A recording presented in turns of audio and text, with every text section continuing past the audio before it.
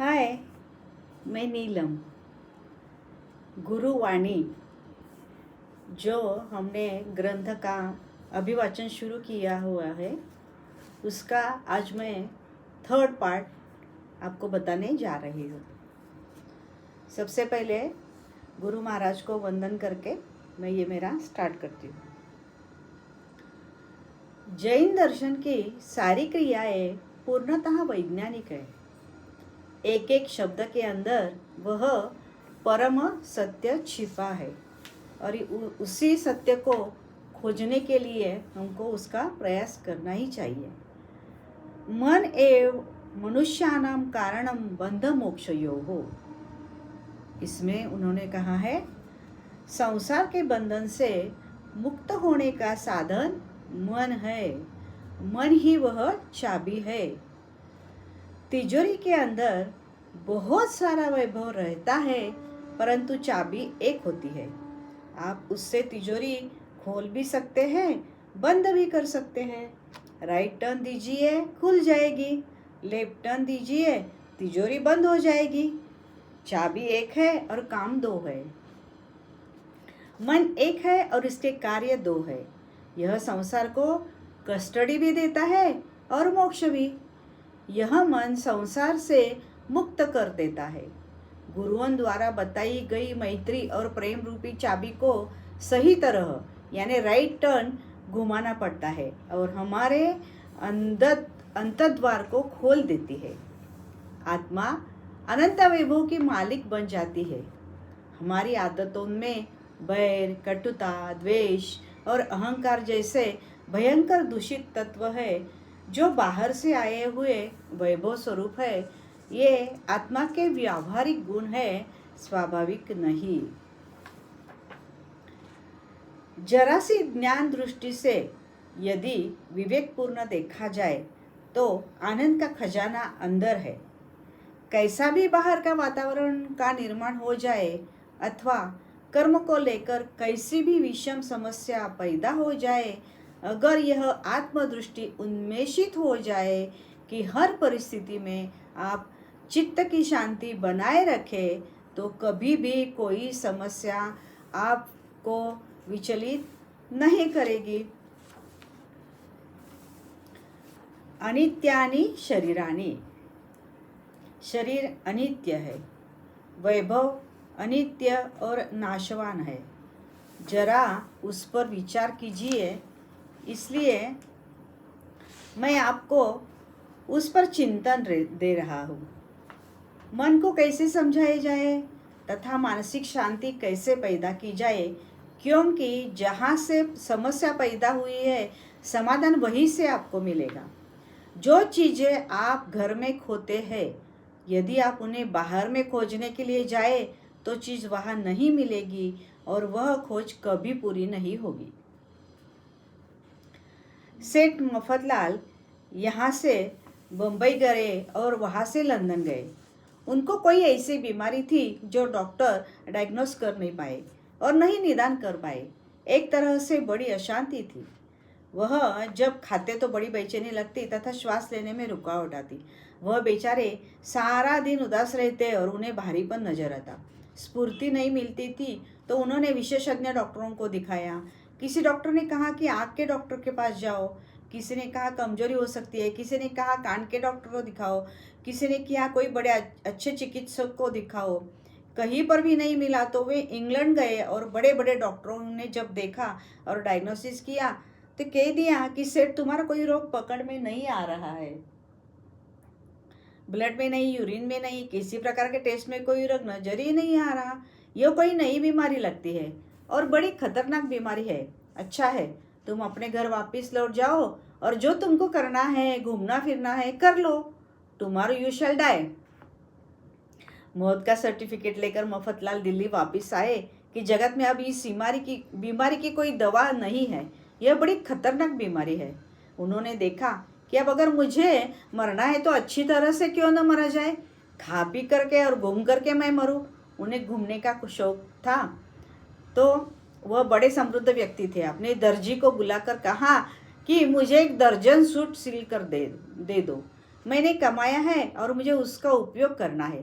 पूरे हिंदुस्तान में घूमूंगा और तीर्थ यात्रा पर भी जाऊंगा। जब सूट सीने के लिए दर्जी आया, ऊपर से नीचे का सब माप मालूम था, क्योंकि रोज नए कपड़े सिला करता था। कॉलर सीने का जब वह माप ले रहा था, सेठ मफतलाल ने कहा, क्या माप तुम लेते हो? वर्षों से कपड़ा सिला रहा हूँ, शरीर के एक एक अंग का माप तुझे मालूम है। दर्जी ने कहा, हो सकता है उस माप में शायद कुछ भूल रह गई हो, मुझे आप फिर से माप लेने दीजिए। दर्जी का आग्रह था। उसने कहा, नहीं नहीं, मैं ठीक कह रहा हूँ। मुंह से माप तो बोल गए, गर्दन का माप भी वह कह गए कि 16 गिरह का है। टेलर ने कहा, मेरा आपसे नम्र निवेदन है, आप माप लेने दीजिए। शरीर का माप लिया गया। अब वे 5-7 वर्ष पहले की बात कर रहे थे और उसके बाद उनका शारीरिक विकास अच्छा हो गया, अतः जो माप पहले था वह पुराना हो गया था। अब गले का माप यदि 16 गिरह का लिया जाए, वे आज तक 16 का ही सिलाते आए। दर्जी ने कहा कि सेठ साहब, यह माप आप बदल दीजिए, 16 के माप में तो आपको फांसी जैसी सजा हो जाएगी। इतना कसा रहेगा, अपनी पाचन क्रिया बिगड़ जाएगा, आपके श्वास में रुकावट पैदा होगी, आंखों के सामने अंधेरा आएगा, कान में झंझनाहट सुनाई देगी, सारे दिन आपको बेचैनी रहेगी। क्या आपने कभी यह सोचा है? सेठ तो चमक गया कि इसलिए तो मैं बम्बई गया और वहाँ के बड़े बड़े डॉक्टरों को मैंने दिखाया। इंग्लैंड के सारे डॉक्टर मात खा गए, कोई बीमारी नहीं पकड़ पाया, और मैं तो मौत का सर्टिफिकेट लेकर आया हूँ। यार, तुमने तो गजब की बात कह दी। आप अब बात समझ गए होंगे, बीमारी गर्दन पर थी। एक जरा सी भूल के परिणाम स्वरूप मैं लाखों रुपए नष्ट करके पूरी दुनिया घूमकर आ गया। जहाँ समस्या पैदा होती है, समाधान वही मिलेगा। जैसे ही उसको ढीला कर दिया गया, सारी समस्याएं स्वतः मिट गई। समस्या मन से पैदा होती है, और यदि मन को समझा दिया जाए तो सारी समस्या का समाधान हो जाएगा। दरअसल हम पैसे में समस्या का समाधान खोजते हैं, परिवार में खोजते हैं, पुत्र में, पुत्री में, बाहर के वैभव में और धन संपत्ति में समाधान खोजते हैं। परिणामतः समस्या अंदर बनी रहती है और हमारी मृग मरीचिका की तलाश जारी रहती है। इकट्ठे कर जहाँ के जर सारी दुनिया की मालिक थे, सिकंदर जब गया दुनिया से दोनों हाथ खाली थे। सिकंदर जब आया, हिंदुस्तान आया, तो उसके भी गुरु ने कहा था कि किसी जैन साधु से परिचय करना। विजय प्राप्ति के बाद वह उस नशे में घूम रहा था और किसी नौकर को कहा, किसी जैन साधु का परिचय कर देना। कोई ध्यानस्थ साधु गुफा में बैठे थे, सामने जाकर खड़ा हो गया।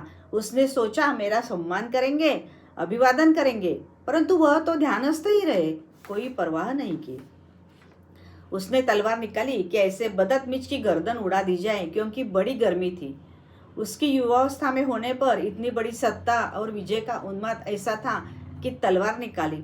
फिर विचार आया और साधु से पूछा कि तू कौन है? मुझे जानता नहीं कि मैं कौन हूँ? सिकंदर उस साधु से कहता है, तू जानता है मैं कौन हूँ? मेरे हाथ में नंगी तलवार है। साधु ने उससे कहा, मैं अच्छी तरह जानता हूँ और अच्छी तरह पहचानता भी हूँ। कौन है तू? तू मेरे गुलाम का गुलाम है। आप कटे हुए पर नमक डाले तो कैसी पीड़ा होती है। एक तो वह उत्तेजित था और ऊपर से ऐसे शब्द बोल दिए कि वह और ज्यादा उत्तेजित हो गया। उसने कहा, तू समझा मुझे, नहीं तो इस तलवार से तेरी गर्दन अलग करता हूँ। साधु तो बड़ी शांति में थे, उसमें कोई अशांति नहीं थी, कोई भय नहीं था। उन्होंने कहा, तू मुझे तलवार से क्या डराता है? मैं तो देखूंगा कि तलवार से तू मुझे कैसे काटता है। तेरी गर्दन कट जाएगी तो तू क्या देखेगा? साधु ने कहा, यही तो तेरी मूर्खता है, इतनी भी अक्ल खुदा ने तुझे नहीं दी। अरे, जिसे तू काटता है वह थोड़े ही देखता है, देखने वाला तो अंदर बैठा है। तू क्या, तेरा बाप भी नहीं काट सकता, समझ गया? तलवार अंदर चली गई।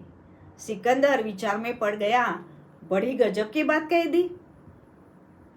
तू जिसे काटता है वह नहीं देखता, और जिसे तू काट ही नहीं सकता वह अंतरात्मा तो मेरे अंदर है, वह देखेगी तू कैसे काटता है। साधु ने दार्शनिक दृष्टि से बड़ी दार्शनिक बात उसे समझा दी और उसकी तलवार अंदर चली गई। वह झुक करके बैठ गया। भगवान, मैं आपका गुलाम हूँ, बतलाइए, मुझे स्पष्टीकरण दीजिए, मैं गुलाम कैसे हूँ। बड़ी सीधी सी बात है, ये सारी इंद्रियां मेरी नौकर है। आँख से न देखने की स्थिति में वे बंद होकर के ध्यानस्थ हो जाती है। कान को पर निंदा नहीं सुनने की स्थिति में कान बंद हो जाते हैं। जीभ को आदेश देता हूँ यह वस्तु नहीं खाना, वह बेचारी मौन हो जाती है। सब इंद्रियां एकदम मेरे बस में है। ये सब मेरे नौकर और गुलाम है और तू इंद्रियों का गुलाम है। आँख ने कहा मुझे नाच देखना है तो पूरी रात चली जाती है। कान ने कहा महफिल सुनना है तो संगीत सुनने को मिलता है। जीभ ने कहा मुझे खाना है तो तू उसकी सेवा में प्रवृत्त हो जाता है। हर इंद्रिया का तू दास है, हर इंद्रिया का तू गुलाम है। मैं इंद्रियों का स्वामी और मालिक हूँ, इस बात का मुझे गर्व है। और तू गुलाम होकर मेरे जैसे सम्राट को डराना आया है, और वह भी तलवार लेकर। तेरी क्या ताकत कि तू मुझे मार सकेगा। सिकंदर भी समझ गया, वह चरणों में गिर गया। भगवान, आज मेरी आँख खुल गई। इसलिए मैंने कहा कि आत्मचिंतन किए बिना, स्वाध्याय किए बिना तुमको अपने स्वयं का परिचय नहीं मिलेगा। आप जगत का परिचय जानते हैं परंतु स्वयं का कोई परिचय नहीं। धन्यवाद।